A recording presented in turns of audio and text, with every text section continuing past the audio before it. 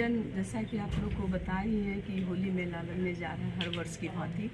हर साल हम लोग साल में 2 मेला लगाते हैं, एक दशहरा से पहले, एक होली से पहले। तो ये होली से पहले वाला मेला है, ज्ञान भवन में लगाया जाएगा 14 से 18 तक। इसमें 200 से ऊपर ही स्टॉल रहेगा, क्या है कि लास्ट तक होता है तो हम लोग को कभी कभी बढ़ाना भी पड़ता है, क्योंकि उसमें स्पेस का थोड़ा मतलब 200 से ज़्यादा हम लोग लगा ही नहीं सकते हैं। लेकिन फिर भी उसमें चाहते हैं जितना आदमी एडजस्ट हो जाए, क्योंकि सब आदमी चाहते हैं। जो वहाँ पर आप लोग भी आके देखिएगा, बाहर से सुन के मतलब पटना के तो रहते ही हैं, आसपास के इलाके से दूर दूर से। अब हमारे यहाँ पहले सिर्फ पटने के ही लोग लगाते थे, अब दरभंगा से, नवादा से, तो कहाँ से, हर जगह वैशाली से तो आते ही हैं। और अररिया ज़िला से, सहरसा ज़िला से, मधेपुरा ज़िला से, हर ज़िले से लोग, अदर स्टेट तो है ही, हम लोग अदर स्टेट में भी लोग को इनवाइट करते हैं कि आइए भाई लगाइए हमारे बिहार में। इससे भी हम लोग के बीच में आर्ट सबका भी आदान प्रदान होता है। एक जो यहाँ की लोकल जो हमारी आर्टिजन है, चाहे जो भी कॉटेज इंडस्ट्री में काम करती हैं, उनको भी इंटरेक्ट करने का आपस में एक मौका मिलता है। तो इसीलिए बाहर का भी स्टॉल हम लोग उसी तरह से, जो सेल्फ मेड उद्यमी हैं वो लोग आती हैं, उनके लिए भी बहुत अच्छा रहता है कि यहाँ पर एक मार्केट बहुत अच्छा है और हर तरह का होता है, सहयोग मिलता है। और हमारे यहाँ के उद्यमी को भी उनसे फ़ायदा होता है। बहुत बार ऐसा होता है, वो आई तो ये जो कुछ प्रोडक्ट बनाई उससे बात करती है, ये कुछ बनाई तो उससे बात करती है।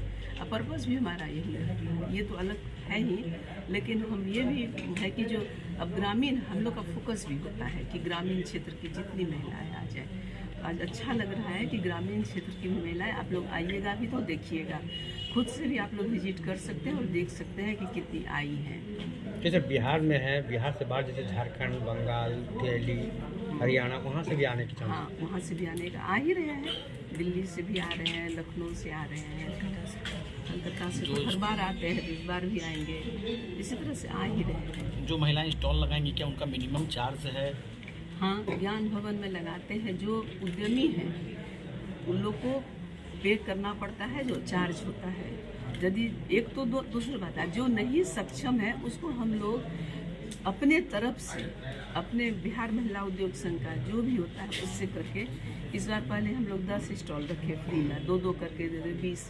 लेकिन देखते हैं कि मतलब बढ़ ही रहा है संख्या, तो देखते हैं कि उस पर क्या किया जाए। गवर्नमेंट से होली मेला में अभी हम लोग भी, गवर्नमेंट का गलती चाहे सही कुछ भी नहीं है, लेकिन हम लोग ढंग से अप्रोच नहीं कर पाए। तो जितना पनपने दीजिएगा उतना ज़्यादा आपका एम्प्लॉयमेंट बढ़ेगा, बेरोजगारी खत्म होगी, हर चीज़ अच्छा होता है।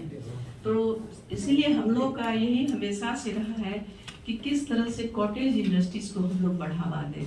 बड़े इंडस्ट्रीज की भी ज़रूरत है, लेकिन यदि हम लोग इसको से सबका विकास, इंक्लूसिव ग्रोथ, हाँ, इसके बाद बेरोजगारी, तो बड़ी इंडस्ट्रीज मान लीजिए एक कोई लगा तो उसका जो एम्प्लॉयमेंट होता है कितना, और छोटा छोटा यदि कॉटेज इंडस्ट्रीज का जाल बिछ जाए और गांव में जाके स्वरोजगार हो, और उसमें जो एक यदि महिला चाहे पुरुष कोई भी है, मेरा कोई जेंडर बाइस नहीं है, हमारे यहाँ बहुत ऐसे हैं जो महिला पुरुष मिल के काम करते हैं, और उनके साथ यदि वो लोग काम करते हैं और आसपास के 10 लोग को इन्वॉल्व करते हैं, तो इस तरह से आप जोड़ लीजिए। आप मेला में भी आइएगा तो देखिएगा कि कितनी बड़ी संख्या होती है।